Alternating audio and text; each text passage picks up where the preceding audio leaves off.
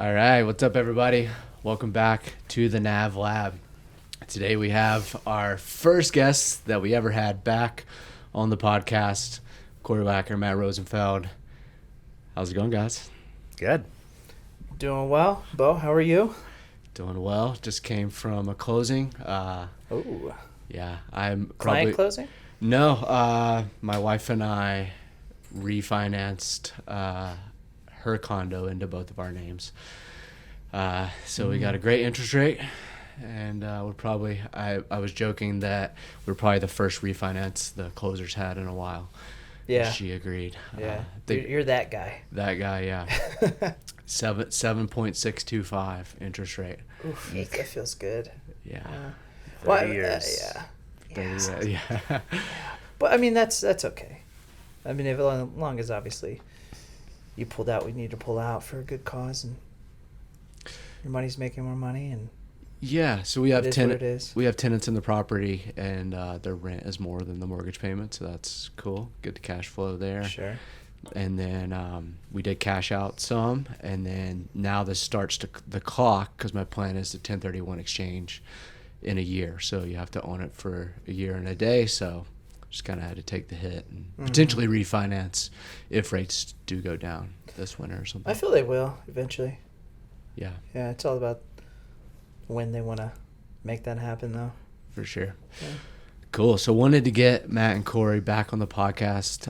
Last time we really just kind of introduced ourselves to the world, talked a little bit about the brokerage, but I want to talk a little more about the brokerage and kind of the things we're looking to do, our goals. You know, we're 6 years in now, right?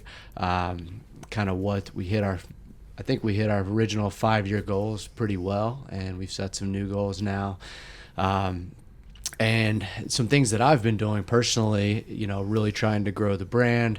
I know a lot of you out there might have seen me in more social media content and videos, because we do want to grow, and wanted to talk to you guys a little bit about, you know, why would an agent want to join NAV?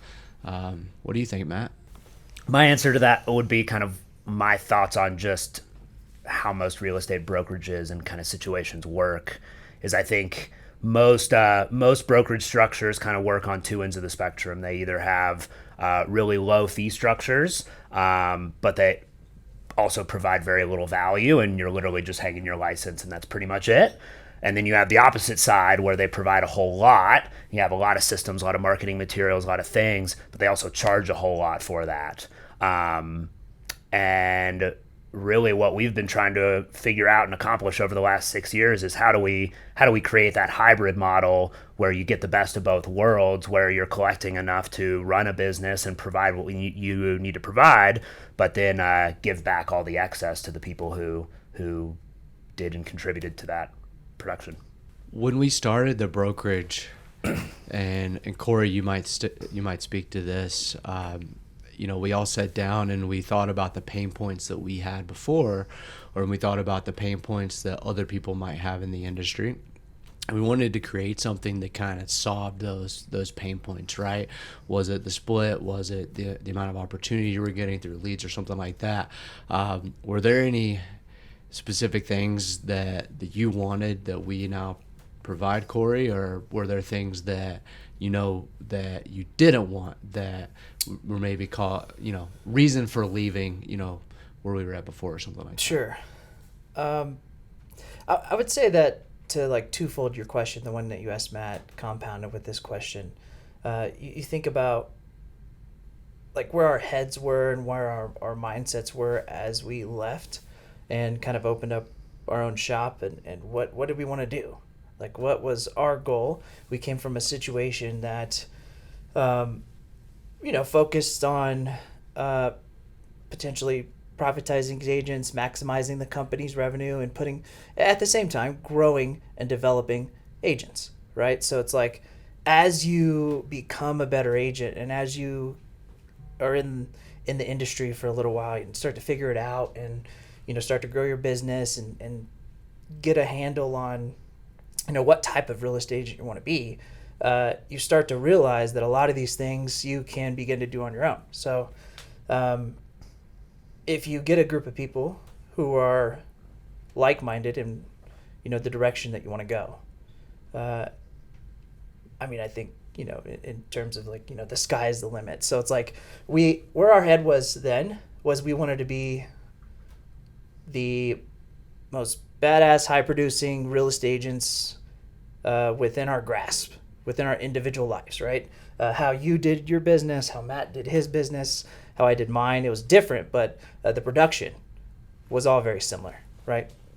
So that's how we started. And then it's like a progression to where we are, 6 years now into it, the change and like what can we provide now for the agents on our team? Why is it that we do want to grow? So the ability to offer new agents, the opportunity to immediately get into transactions, right, it is a big deal. And so especially in a market from then, I would think, right, Matt, in 2015, 16 to now, like the market change from the type of buyers, like how many buyers were there? Like how much was the, competition between buyers? There's so many opportunities out there. And a lot of it was like a sphere referral. You had this and interest rates are extremely low. So it's like all the opportunities were there. Come to, now where people might describe the market as, bare or slowed, right? It's like, can you as a brokerage sustain through that time? And how do you do that? And a solve is a lot of real estate agents, it's like providing them opportunities through this process. And can a brokerage do that? Well, in a traditional brokerage model, most other companies out there, in my opinion, it's really the team and the team leader that's doing 90% of what you just described. It's not really the brokerage that's providing the value or the opportunity in a challenging market. It's really the team leads that are doing all the hard work and the heavy lifting. It's not easy to create what we've kind of created here, because in a traditional model, part of the split, right, is paying for a lot of things, paying people for a lot of things. Whereas with our profit share model, right, we any profits left over once those things are done, we give back to the team, right? So that's always been most important to us, is to maximize the profit share for the team. And even though that's a difficult thing to do, it really does set us apart, because no matter what, that's how every decision has been made. Is like the team and the agents on the team are what is most important, right? So how do we maximize their profits? How do we maximize their opportunity? How do we give them the best training? Like every decision that we've ever made has been around this kind of idea of being the best place for an agent to be an agent. Well, and the opposite of that is true too, that the way we spend money also is a direct reflection of like, does this add value back to our agents? Right. Because there is no board, there is no shareholders, there is no alternative thing to appeal to. It's either boosting our profits or providing value as an expense, right? So, yeah. So what sets us apart from a traditional model? Well, at this point, we're kind of a combination between a team structure and a traditional real estate brokerage. A lot of really the value that we provide is what most teams provide, with a lot of that overhead that most teams that are at a brokerage would have. Okay. So what's the difference in traditional brokerage to like traditional team model? I know you kind of use those words as something different. Yeah. So whenever you're on a team, you work for that team leader. The team leader is really probably your go-to on a daily operational perspective. They're the ones that generally provides you some type of lead source. They're the ones really driving your business forward. Whereas the brokerage a lot of times provides like general marketing material. Anytime there's a contract related situation like a managing broker responsibility, that's generally going to be provided by that. Yeah, it's very interesting when you compare what we're doing to what other people are doing. So if you're a new agent, what really sets us apart from joining that traditional model? Like, why would you choose us? So I would say that being a new agent, one of the most challenging things is immediately getting into transactions that are generally yours. Traditionally, real estate is coached, taught, however you want to put it, that there's going to be this lull of time from the time you start to the time you're really inking deals, right? Becoming a real estate agent, fully 1099, independent contractor, dependent upon yourself, like earning income is a big deal. So as you're new, one of the most challenging things is generating that, whether it's from your sphere, friends of friends. And me personally, I don't want to be in a position to where I'm always bombarding family members and friends. And obviously I want everybody to know front facing that this is what I do and I'm here for you. But it's like, there's no pressure along with that. So there can be when you're a new agent. So I think having the ability to provide new agents a consistent platform that provides leads to them to immediately get into transactions is the difference.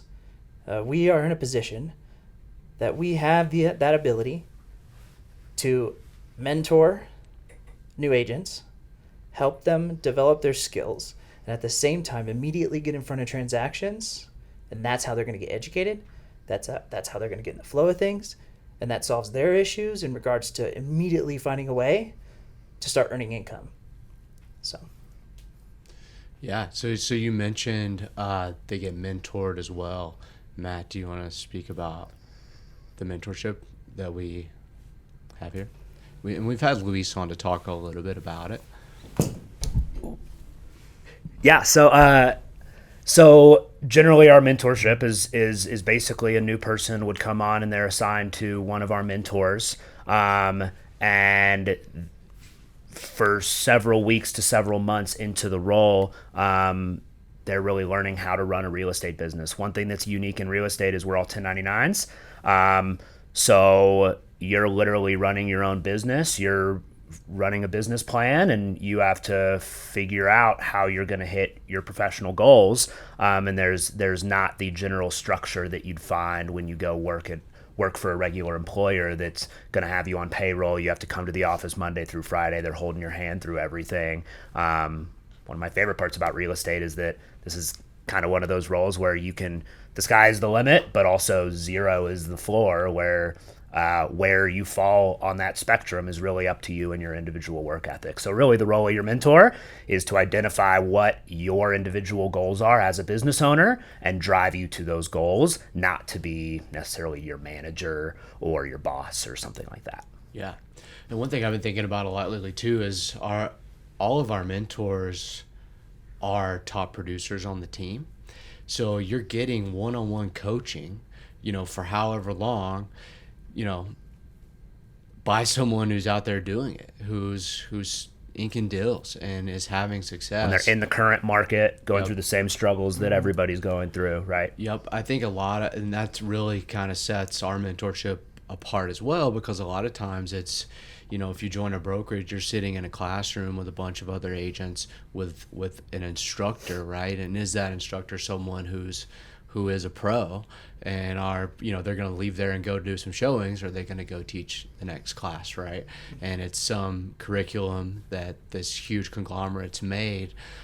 Whereas I think our mentorship program was created by us, right? And by the top producers, and everyone came together to show exactly how we do it. Well, but also to your point, going back to the traditional brokerage model, most brokerages have several hundred agents underneath them and really no management structures other than team leads basically, or the mentors, right? So really it's one of those things where you're dropped off in this brokerage and you have no support or really individual opportunity, and that's why 90% of people turn over in 2 years. Yeah. And I think it's important to also mention that we have, direct control, and we want there to be a certain number of, new agents per that mentor. Like Matt was saying, you get dropped off in this traditional brokerage with a team lead who, hey, you could contact this person if you have questions or need help.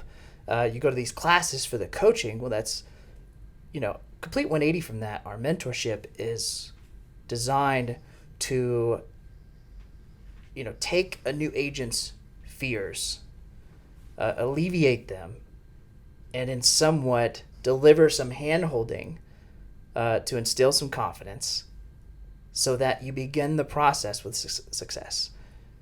And then when you do experience failure, you have somebody to lean on to help you move forward and move past that. And that's what our mentorship program is. Yeah, I think that's huge. A lot of times, 90% of agents don't make it past their second year. And when they fail, there's no one for them to lean on to get past that, right? Where for us, if you fail, go back on leads. And then, an hour you have another showing set up, and you're right back to the races. And it's easier, I think, with our model to kind of forget about the failure or to learn from it, right? Something happens, good. What did you learn from it? Okay, let's not make that mistake again. Let's keep going. Because in real estate, you're gonna fail. You're gonna get told no. Things go wrong every day, and I think that's the biggest skill is short-term memory. A lot of times, learn your lesson, but then don't let that ruin your day, ruin your week, ruin your month that we've seen happen so many times. Yeah. And one thing I've been thinking about a lot lately too is all of our mentors are top producers on the team. So you're getting one-on-one coaching, for however long,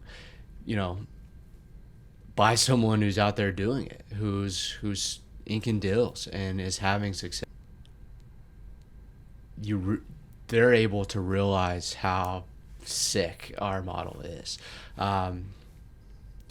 What do you guys think about, a new agent coming on the team? How's that different than someone who's been in the industry? Yeah. How's that different from a new agent? Based off how the industry is at that moment, what are some of the challenges for let's break this down into two, a team lead, somebody who is under a brokerage but has a team underneath them. So a team lead, what are that person's challenges within, while he's leading his team in today's market? Well, the majority of these, teams are in a position to where it's like, what is the lead source being provided? Are the agents 100% running their business on sphere and referral? And right now, people who are within your sphere, people who are, potentially being referred to you because of where the interest rates are, more oftentimes than not, people are in a position to wait. How often are, in Denver specifically, we getting the upgrade purchases, right? A lot of that was happening 5-7 years ago where people were purchasing, and then it turned around to where interest rates were still great, so they could literally sell their house, take the equity, put it into a new house, a bigger house, have a similar payment because of the interest rate. And so that's been a lot of the source for a lot of these teams and these team leads. So one of the challenges is, where are they generating business from, and how are they sustaining business through this time? What we do is we provide leads, people who are continuing to inquire about homes, wanting to go see properties, and immediately putting them in front of people. And so we are that sustainability through some down market per se. Now, I relatively think that the market is ebbs and flows no matter what, and whether you like it or not, winners win, and that's gonna be the end of it. And so I think that we are a brokerage to where we always want to be in a position to provide our agents the ability to win, and we'll continue to do that. Yeah. Thoughts, Matt? No, I'm just thinking. Yeah, I think. What do you think, Bo? What's your thoughts on it?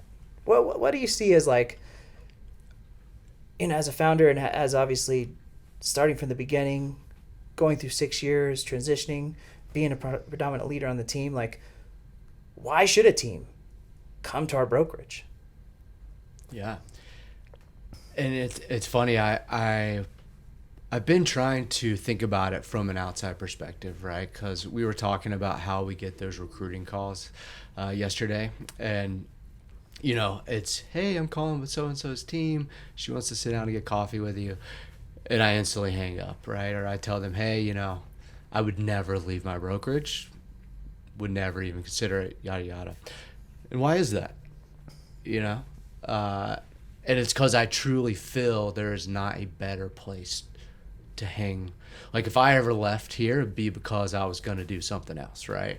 I wouldn't do real estate anymore, because I think this is the best place to be an agent, and I truly feel that way, and I've never heard of anything that is better. And if I did, I would come to you guys and I would say, hey, let's make our brokerage better, because I heard about this other thing that seems like it's better, right? And I think you guys kind of feel the same way, because that's been our North Star of like, let's make the best place for an agent to be an agent.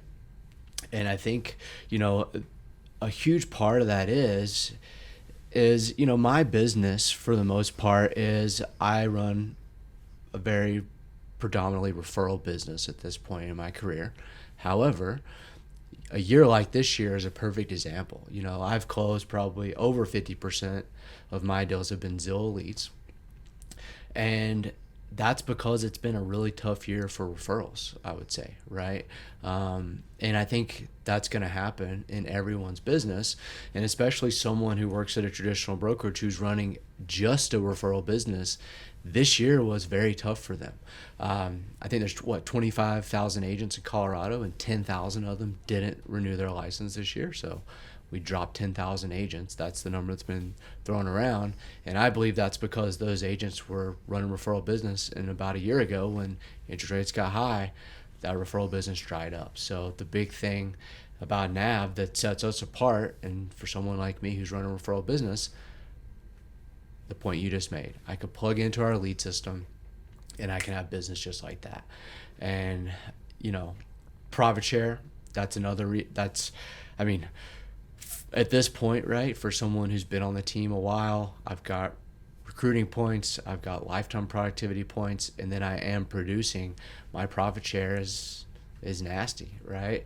And for a lot of people, they're making way more than 100% of their commission, and that's why I would never leave, because I have the opportunity to grow my business and fuel my business, and then I have the opportunity to make as much money as possible. Mm-hmm. Yeah, and you think about an existing agent is like, what are they looking for out of a brokerage, out of a team lead? Like, what do they want?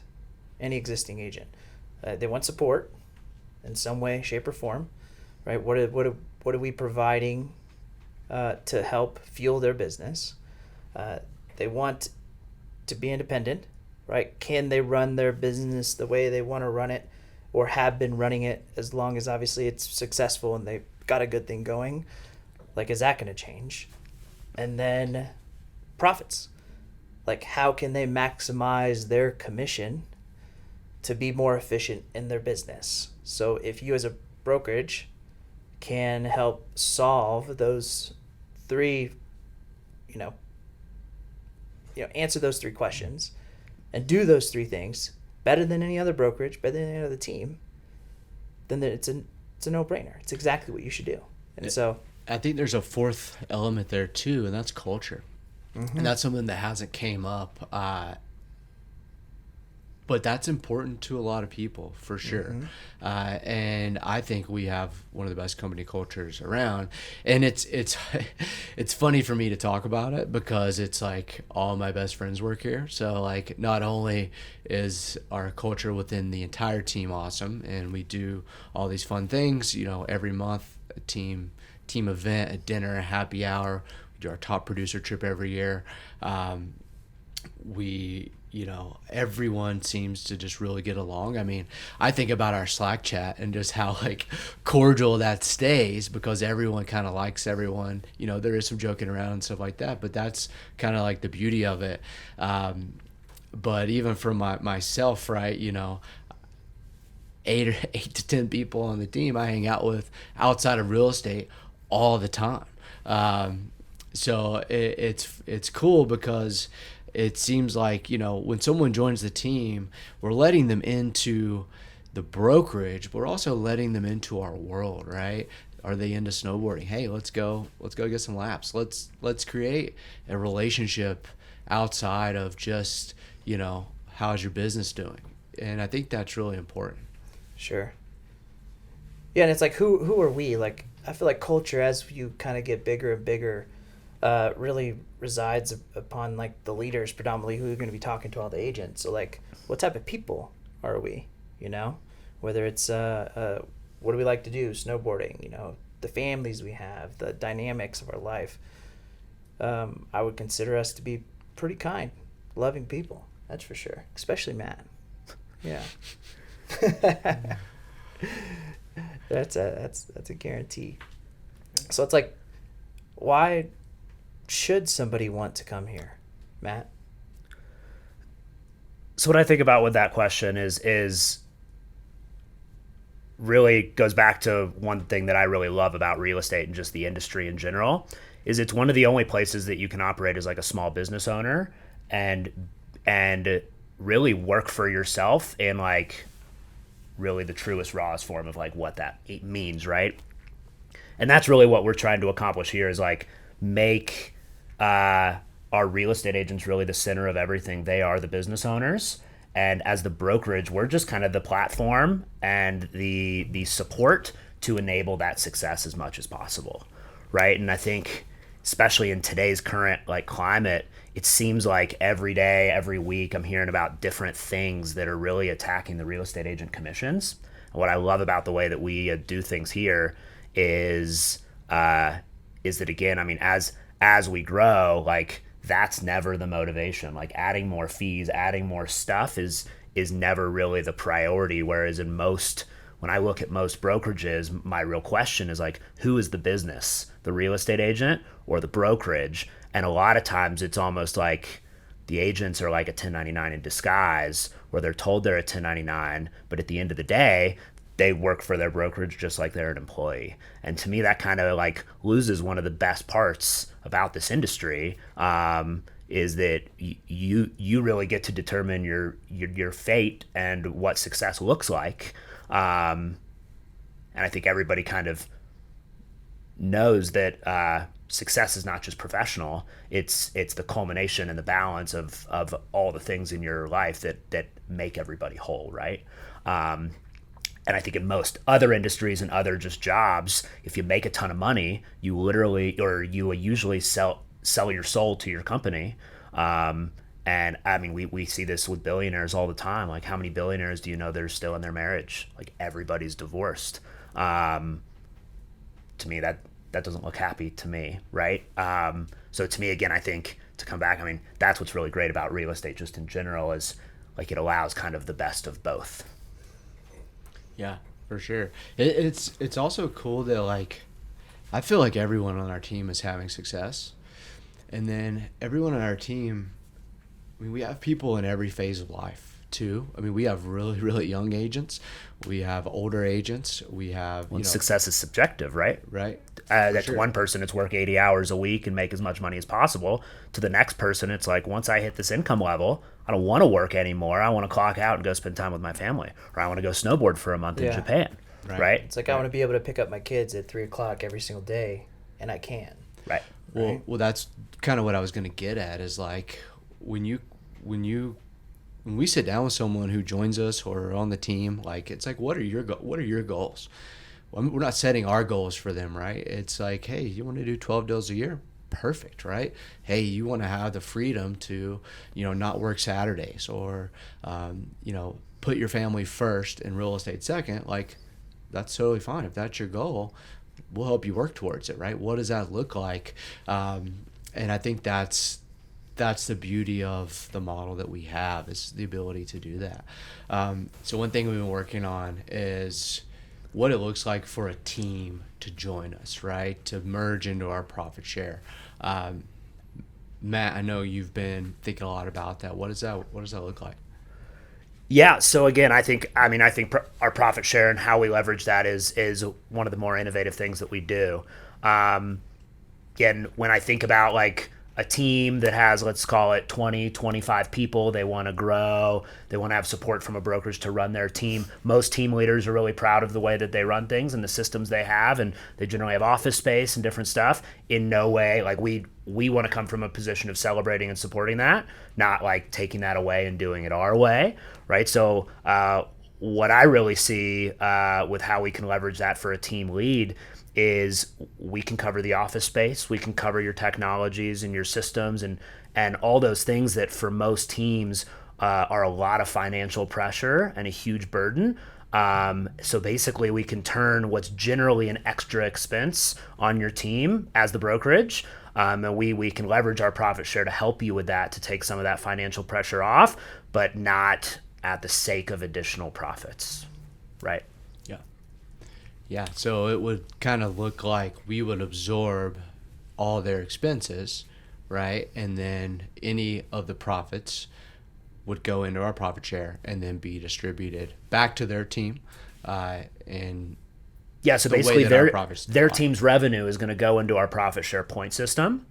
And then we'll have more expense to generate that revenue, but we'll take on all of that expense so that it's basically just absorbed into the points. So technically the whole team's going to share in that, but hopefully we've looked at your team whenever we've decided to bring you on, and you've decided to come on as a team lead, and we've looked at those numbers and made sure that equation is a net positive for everybody. Yeah. So let's say hypothetical, you run a team, your split is 70-30, and that 10% of that 30% goes to your brokerage, right? And we don't have to name any names. Say it's one of the top 3 biggest in the nation, right? So of the 30%, that 20% is paying your bills, right? As a team leader, you might make some on that, you might not. But there's a 10% override for the brokerage. That's the conglomerate, right? If you were to leave that and come to us, right, and you keep your 70-30 split, or it's 80-20, right? That's our split. Now there is no 10% going to the brokerage, right? So that override after you've paid your bills, if it all ends up working out the same way, is now going to get paid back. Well, a better way to think about it is whatever so if your brokerage is a traditional corporation or holding company, you don't have any control of that revenue that goes to your brokerage. It is unusable for all practical purposes, right? But again, if we've identified that the team is where most of the value for most agents is, that 10% untouched revenue adds up if you're doing a great job, right? Again, what's cool with our profit share is even though our split's 80-20, that 20% goes into profit share. As a team lead, what we're really saying is that you still have utilization of that 20% to help run your business and provide value to your team. That doesn't just like disappear to the corporate world. That goes right back into either all of our pockets or into our business. Yeah. Yeah. And in all of our pockets, referring to literally every agent. Yes. Yeah. Right? Every agent. Whoever we are producing, high producing, want to make sure that the agents who are producing are the ones receiving those profits back, right? So it's all a point basis. It's differentiates from quarter to quarter, and overall, it's like we are a place to accommodate to both new, existing, and high performing agents. And I think for top producers especially, or team leaders especially, it's a no-brainer, right? Because when you get plugged into our profit share and you're doing deals, the amount of money you make is going to go up, and probably exponentially. Well, and do you see your fee structure, whether that's to your team or your brokerage or whatever, is your fee structure a fee, or is it an income source, right? And again, business owners, the reason they want to get into business is to have that income source and hopefully become more passive and scale in multiple different avenues over time. This is the opportunity where you get that leverage of if we do get to 500, 1,000 agents, the top producing agents, $20K of fees is going to be $30,000 in profit share revenue. And that's just one example, but it turns what's a fee structure into an investment vehicle, which is really, really cool. Yeah. And I think, we did some modeling, and even an agent that just joins the team, right? If they do qualify for profit share, they end up making about 89 to 90% of their commission, just right off the bat. They're doing average home price. So they're getting their 80-20 split. They're getting 80% of closing, but then when the profit share check comes out at the end of the quarter, they're getting another 9 to 10% of what they would have gotten paid, right? And that's doing the bare minimum to qualify. When you have someone who's doing double that, 2 deals a month or something, and to qualify for a profit share, it's pretty simple, just doing 1 deal a month or 3 deals a quarter. Or if you contribute $5,000 in profits in your 20%, just to make it simple. But if you're doing more business than that, which a lot of most agents are, right? I think kind of the bare minimum is 1 deal a month. Your profits go up exponentially, and it's pretty awesome. And then there's the time aspect, right? The longer you're in our profit share, the more those profits are going to increase. Yeah, and you think about the questions that a high performing agent might have when they hear 80-20. Initially they might think, I'm continuing to give, I'm doing 30, 40 deals, a year. So I'm giving you 20% every 30 to 40 deals. Initially, that might be the question, where they might say, this flat fee, cap brokerage situation might be more beneficial based off how I run my business. Well, if you think about it, that flat fee, however it may be, turn out compared to this continued 20%, that 20%, when you're high performing and you're accruing these points over time, and each quarter, you're going to be provided these profits in mass amounts of that 20% that you originally give. So to your point, if 9% of the 20 is the bare minimum, a high performing agent is going to extremely exceed that return. Yeah. Right? And so it's like they're continuing to invest into this, what you said is a investment vehicle that will continue to maximize their ability to profitize. Yeah. Right? Yeah. I mean, I think that's the coolest part about NAV Real Estate is our profit share model, because that is what turns the traditional model on its head. And there are other brokerages out there that say they profit share, but when it comes down to it, there's nothing like our profit share that I've found, or even really that close to it, because 100% of our profits. Well, in the traditional, like the really good profit shares out there, they're mostly incentivized in like a multi-level marketing type of fashion, where you're building a downline, you're really incentivized in that profit share to recruit. So like top producing agents that want to be at your brokerage to do real estate deals, not to like turn into a recruiter, don't really have a ton of access to the profit share model. Again, this just turns into a fee structure. And if they want to turn it into an investment vehicle, you've got to turn into a recruiter. And I don't know many real estate agents that are really, really good that like got into this to be a recruiter. So I think, again, a huge difference of our profit share model is it's really leveraged for the top producing real estate agent and the top producing team, not for becoming a full-time recruiter. Mm-hmm. Yeah. Yeah. And the joke is, if everyone's recruiting, who's doing who's actually doing deals? Yeah. Yeah.